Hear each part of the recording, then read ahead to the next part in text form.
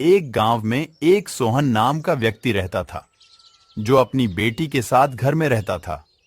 उसकी बीवी का किसी कारणवश से मृत्यु हो चुकी थी। सोहन रोज दोपहर को अपने काम करने के लिए चला जाता और उसकी बेटी घर में अकेले रहती थी। सोहन बाजार जाकर सब्जियां बेचता। ले लो भाई, सब्जी ले लो। भाई कैसे रुपए किलो दिए टमाटर?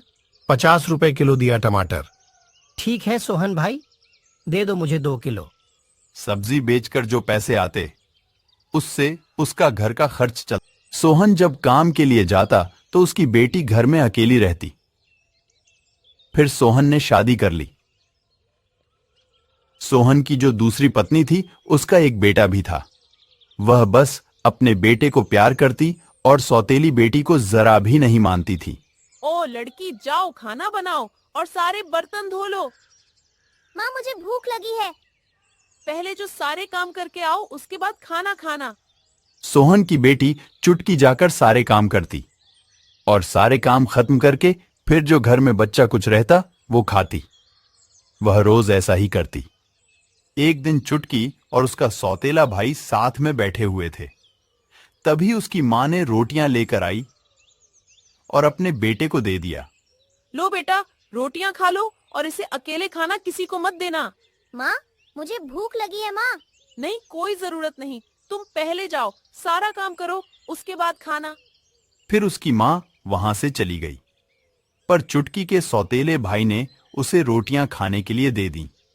फिर शाम को जब सोहन घर आया, फिर उसकी पत्नी बोली, क्या हुआ जी, आज कितना कमा के आए? तो कुछ खाने पीने के लिए नहीं है, मायके जा रही हूँ अपने बेटे को लेकर।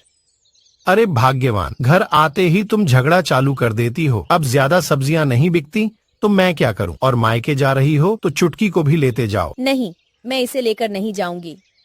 फिर उसकी पत्नी अपने बेटे को लेकर मायके चली गई।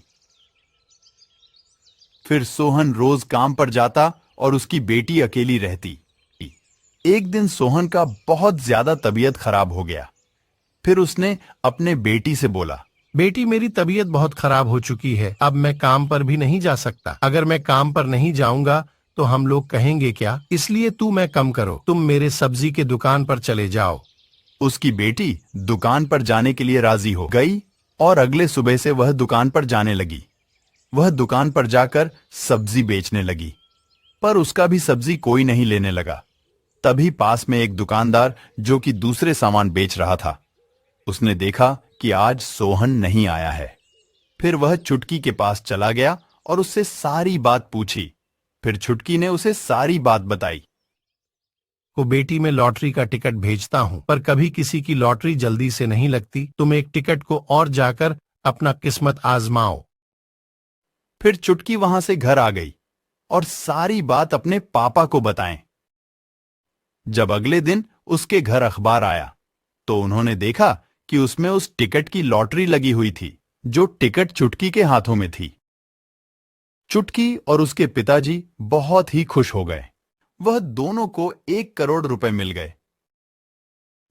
फिर सोहन ने एक अच्छा घर लिया और एक नया बिजनेस चालू कर ली और वह चुटकी के साथ खुशी खुशी रहने लगा।